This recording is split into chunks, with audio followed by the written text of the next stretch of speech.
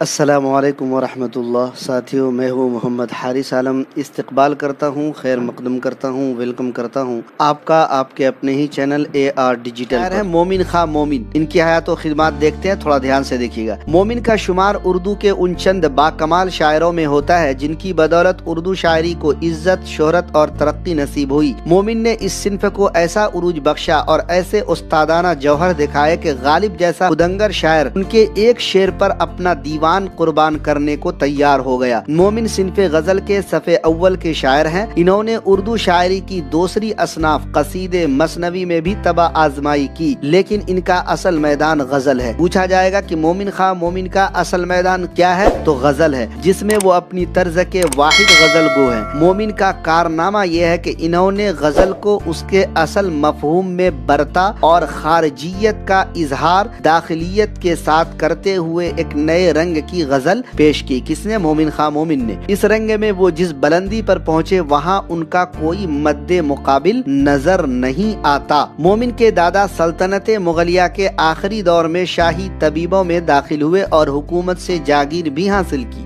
مومن کی پیدائش 1800 عیسوی کو دہلی میں ہوئی۔ ان کے والد کو شاہ عبدالعزیز محدث دہلوی سے بہت عقیدت و محبت تھی، چنانچہ شاہ صاحب موصوف نے ہی مومن خواہ نام رکھا۔ گھر والوں کو یہ نام ناپسند تھا، اس لیے انہوں نے آپ کا نام یعنی مومن خواہ مومن کا نام حبیب اللہ رکھنا چاہا، لیکن آپ نے شاہ عبدالعزیز صاحب ہی کے نام سے نام پایا۔ مومن بچپن ہی سے ذہین تھے، حافظہ بہت اچھا تھا، چنانچہ عربی و فارسی، طب، نجوم اور موسیقی میں جلدی کمال حاصل کر لیا۔ اصناف شاعری میں قصیدہ، رباعی، واسوق، غزل، ترکیب بند، مثنوی سبھی پر انہوں نے طبع آزمائی کی، لیکن ان کا اصل میدان غزل تھا۔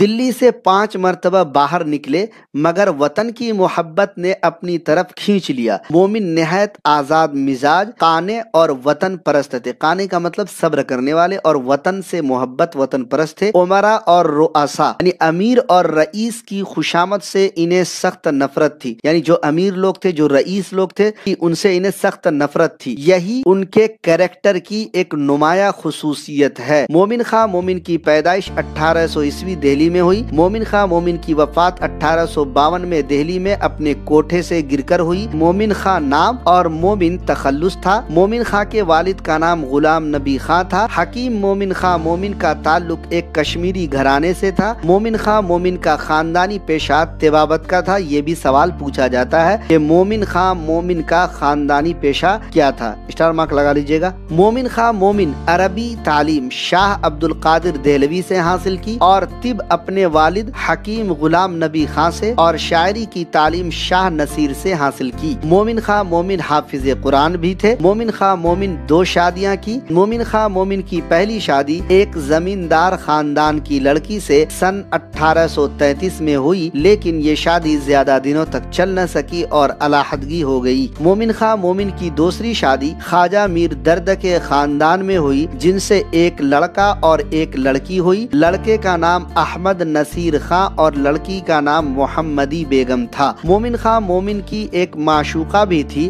جس کا نام الفاطمہ اور تخلص حجاب تھا۔ مومن خواہ مومن کے کلام کا خاص وصف معاملہ بندی ہے۔ یہ بھی سوال کئی بار آ چکا ہے، جی معاملہ بندی کس کے کلام کا خاص وصف ہے؟ جی انہی کے، مومن خواہ مومن کے۔ مومن خواہ مومن صنعت مکر شاعرانہ، مکر شاعرانہ کے موجد مومن خواہ مومن ہے۔ یہ سوال بھی کئی بار آ چکا ہے، جی صنعت مکر شاعرانہ کے موجد کون ہے؟ تو مومن خواہ مومن جو ہے یہ صنعت مکر شاعرانہ کے موجد ہے۔ مومن خواہ مومن کی غزلوں میں عشقیہ جذبات کا برملا اظہار رنگینی اور شگفتگی پیدا کرتا ہے۔ مومن خواہ مومن کے شاگردوں میں میر حسن، میر غلام علی وحشت، نواب مصطفیٰ خان شیفتہ، تسکین، اصغر علی خان نسیم قابل ذکر ہیں۔ مومن خواہ مومن کے اس شعر کے متعلق تم میرے پاس ہوتے ہو گویا جب کوئی دوسرا نہیں ہوتا، غالب نے فرمایا تھا کہ اگر مومن مجھے اپنا یہ شعر دے دیں تو میں ان کو اپنا پورا دیوان دینے کو تیار ہوں۔ اس شعر کے متعلق غالب نے کہا تھا کہ اگر مومن خواہ مومن اپنا یہ ایک